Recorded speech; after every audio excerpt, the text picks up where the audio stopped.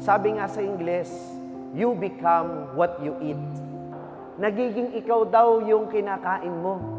Kaya tingnan mo, kapag ka napakahilig mo sa baboy, magiging, hindi naman, magiging high blood. Ha? Grabe naman kayo. Oo.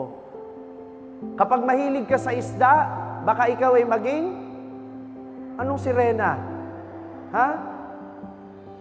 Biro lamang po. Pero mga kapatid, ang tanong, sa misa may hiwagang nangyayari eh. Yung tinapay at alak nagiging katawan at dugo ng Panginoon. Ang tanong, yung katawan ng Panginoon, kapag tinanggap natin, binabago din ba yung ating pagkatao? Sana paglabas natin ng simbahan, iba na tayo. Iba na ang ugali, iba na ang pag-iisip, kahit unti-unting pagbabago lang, basta maging kamukha tayo ni Kristo. Amen?